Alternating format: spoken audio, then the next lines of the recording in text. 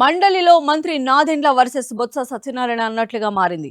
YCP నేతలు సభా నియమాలు పాటించడం లేదని, పోడియం దగ్గరకు వస్తే వారిపై చర్యలు తీసుకోరా అని మంత్రి నాదెండ్ల ప్రశ్నించారు. ప్రొసీజర్ ప్రకారం చైర్మన్ నడుచుకోవాలని నాదెండ్ల అన్నారు. సభా నియమాలు ఒక్కరికే కాదు అందరికీ వర్తిస్తాయని కౌంటర్ ఇచ్చారు బొత్స సత్యనారాయణ.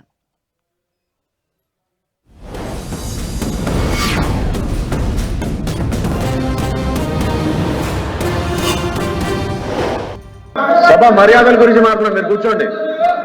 వన్స్ చైర్మన్ అధ్యక్ష ఒక్క నిమిషం, please refer to rule number 59 అధ్యక్ష. సబ్సెక్షన్ 2 లో when the chairman has withheld consent of the matter being raised before the house, and in that case it shall be communicated to the member for the reasons thereof అధ్యక్ష. The supreme powers is your అధ్యక్ష. Why you have rejected the adjournment motion is within your ambit అధ్యక్ష.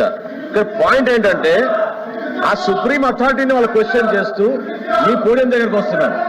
Podium దగ్గర రావడమే కాకుండా మీ టేబుల్ని వాళ్ళు వాడుతున్నారు అధ్యక్ష. అది కరెక్ట్ కాదు. నిబంధనలు ఒకరికే వర్తించు అధ్యక్ష, ఇద్దరికి వర్తిస్తాయి. జడ్జి బెంచ్కి వర్తిస్తాయి, ఇతర అపోజిషన్ బెంచ్కి వర్తిస్తాయి నిబంధనలు.